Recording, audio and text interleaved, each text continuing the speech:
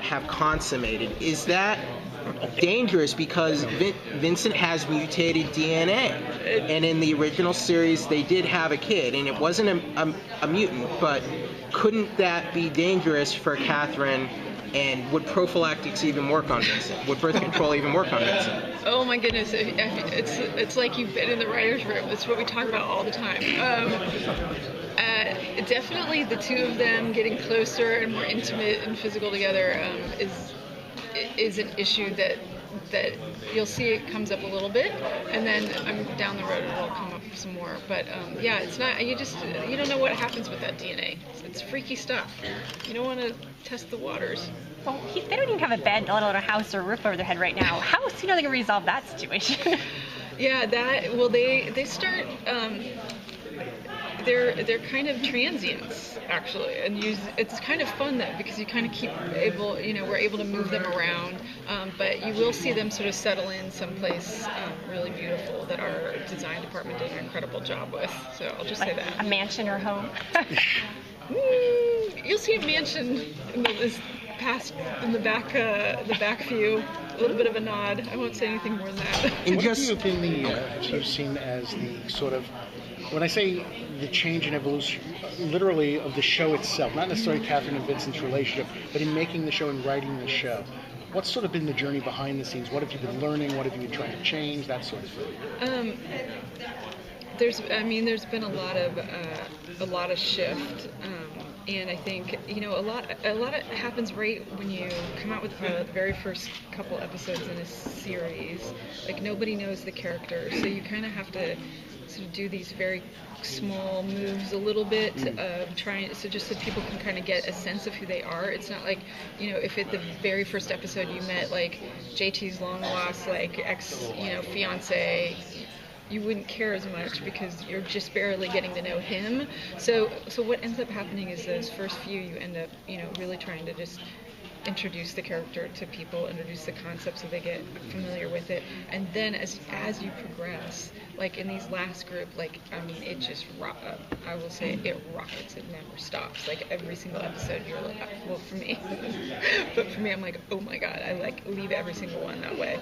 So you're kind of it just sort of gives you this privilege to do a little bit more, diving into who they are, diving into their past, diving into some mistakes that they've made, and sort of push the characters further, push the story further. So you kind of pick up steam and then keep going, really get to it. This last group's really great. Yeah, good. In just a couple episodes, you've totally turned the whole story upside down. The status quo has changed.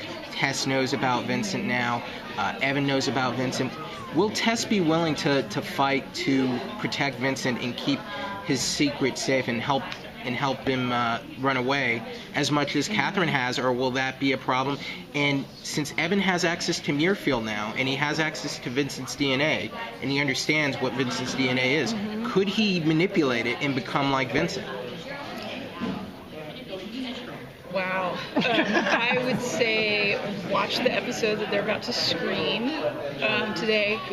A lot of that comes to a head. I mean, Tess really, it's a little harder when you're in love with somebody. You're a little maybe willing to sacrifice your life a little bit more. It's a harder decision for Tess. At the same time, one of the things I love about Tess's character is that she's just kind of all in, and then it becomes a problem. But she kind of leads with her heart, the way Catherine does. And Evan's connection to Muirfield is going to be problematic. But scientists were able to create Vincent. Yeah. Evan is a type of scientist, and now he's working with the people who created Vincent. Could Vincent's condition be recreated? I would say it is certainly possible. Yeah. Is the show moving more towards it feels like the more people that know, it's definitely forming, an ensemble in the sense of a team working together. Is the show moving in that direction, do you think? Yeah, I mean, you're just asking also about like how things shifted. I think along this season, the four of us, along with the studio and the network, really saw how the different characters could start really coming into the inner circle, and how that would work, and then like how that dynamic then makes their lives more problematic, like with Tess and Joe. That relationship obviously has a strain on it. So definitely we started looking at it as how we can change the ensemble, create a closer knit group that obviously have their problems, and they're going to keep having problems, difficulties and challenges, but that we wanted to broaden who knew, just because it's juicy stuff to work with, and so having all the characters on the outside of it was only something that was ever intended really from the beginning. Yeah. Your storyline seemed to accelerate it quite a bit. Is that in hope of doing like a big push for your big climatic finale, or is it just that that's the momentum the storylines have taken at this point? A little bit of both. I mean, what I'm excited about is I think the finale is going to be great. I'm like super excited about the finale, but it's also not just like, oh, there's all these like middle of the road episodes and then a huge end. Like every single one of them keeps amping up the stakes. Every single one of them has some major reveal or shift in dynamics or something, that will forever like change the course of our characters' lives.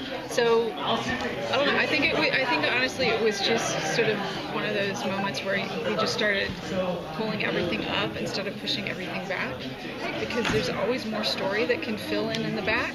But like if you kind of let it go for too long without anything really changing, I just think that's not what television's about these days. And I think the other aspect is that our viewers are very specific and they're very smart, and if they get bored, they get bored easily. They expect things to happen. They don't tune in just to get the same story every week.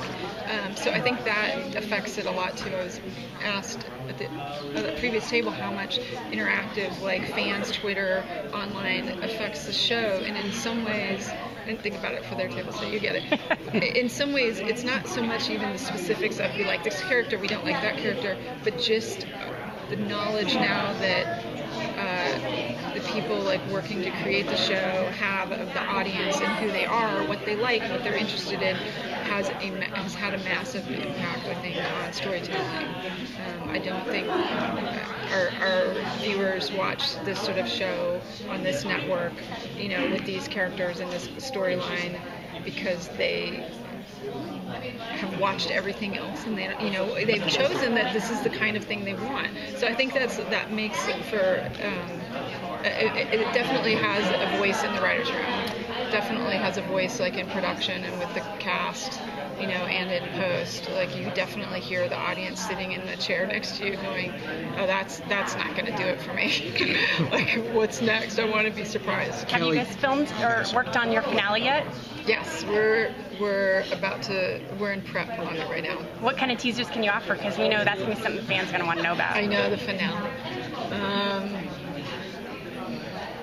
Wow. Well,